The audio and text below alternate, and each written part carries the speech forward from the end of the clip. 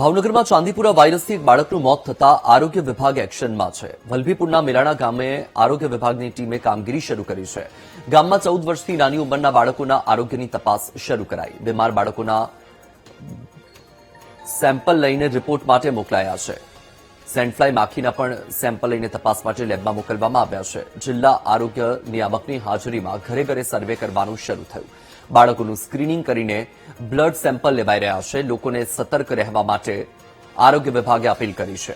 2 દિવસ પહેલા મેલાણા ગામમાં 6 વર્ષના બાળકનું ચાંદીપુરા વાયરસથી મોત થયું હતું.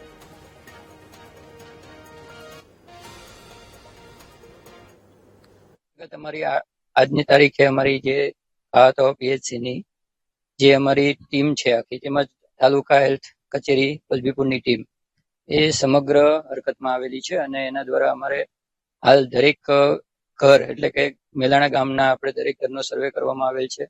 14 વર્ષથી નાના બાળકોને અમે તપાસવામાં આવે છે. એમાં કોઈ બાળકને તાવ કેવું છે કે નહીં એ ખાસ અમે જોઈએ છીએ. ઉપરાંત ગામમાં અમારે દ્વારા ડસ્ટિંગ અને રોગ આપણે જંતુનાશક દવાનો છંટકાવની કામગીરી પણ શરૂ છે. ઉપરાંત હાલ અત્યારે મેડિકલ કેમ્પ પણ ગોઠવવામાં આવ્યા છે કે જેમાં કોઈ પણ બાળક અમારું કોઈ આમાંથી બાકાત ના રહી જાય, અમે એને ટ્રેસ કરી શકીએ, અર્લી ડાયગ્નોસિસ કરી શકીએ એ માટે.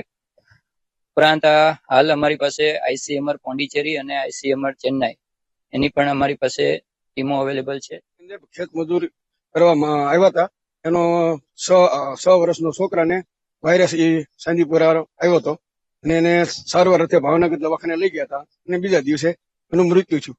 પછી ભાવનગર આરોગ્ય ખાતાને જાણ થઈ એટલે એ વેળા એને અહીંયા મેલાણા ગામે એને અહીંયા આખી ટીમ આવી છે ગાંધીનગરની. કાલે હતી, કાલે બધે છંટકાવ કર્યો હતો દવાનો અને આજે આખી ટીમ ગાંધીનગર, ભાવનગર અને વલભીપુરની બધી ટીમ અહીંયા આરોગ્ય ખાતાની છે. આજુબાજુના મજૂરો જે કઈ ખેત મજૂરો છે હવાની વાડીએ એના મજૂરોને ટેસ્ટ કરે છે અને લોહીના સેમ્પલો લે છે અને ગામ હારે રહી અને બધું